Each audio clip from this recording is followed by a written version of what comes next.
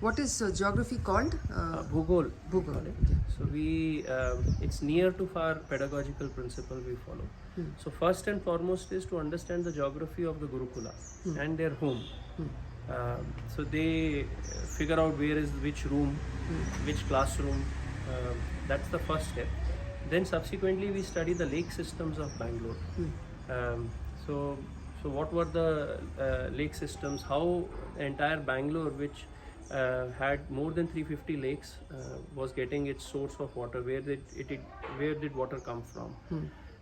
And what were the communities that lived around that lake? So there was a Neerukunti community. There were cane making with the reed, what we get, the grass that we get around the lakes. Then Dhobi community. Then different animals used to come for drinking. So we visit those lakes which are still alive in that in its own sense completely. The second year geography, we go to Talakaveri, where river Kaveri starts. And then we meet river Kaveri in 4 different places: Bhagamandala, Mysore KRS Dam, and Srirangapatna. And then we also go and study the Vrishbhavati river in Bangalore, which was a river. Now it's the largest sewage because all the waste from factories and apartments and homes is now dumped into it. And then somewhere after Bidadi, it joins Kaveri river. So children are shocked that, what are we doing? The same river Kaveri which we worshipped at Talakaveri, in Bhagamandala, in KRS and in Srirangapatna, we are throwing our sewage into the same river. And then they do projects on how to save environment, or how to protect our rivers, how to keep our rivers clean and clear. Same year we also visit North Karnataka to understand Krishna river in Hampi and Tungabhadra, which is one tributary of Krishna river. Third year we visit South India, which is Rameshwaram, Kanyakumari, and understand the Indian Ocean in its might, study, and also the Western Ghats. Fourth year we visit Himalayas and Rajasthan. So I have taken one batch. Now next year our second set of students I will be taking to Himalayas and Jaisalmer and Delhi, Rishikesh, Haridwar, so that they understand river Ganga and its might, and also Himalayas and the sand dunes part in Jaisalmer.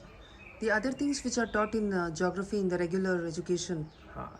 So there are many dimensions to geography, how we treat. One is, of course, our fundamental treatment to geography is the cultural aspect of the country.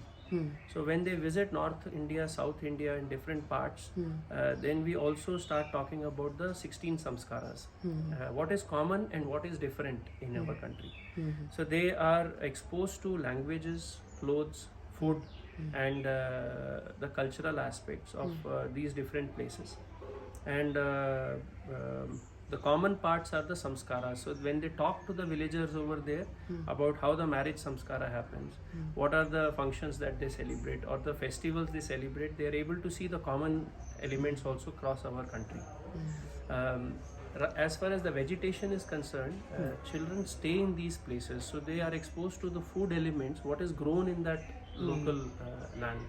So modern geography, how we study is we cram it from the books, that North India means wheat, South India means ragi, Rajasthan means bajra.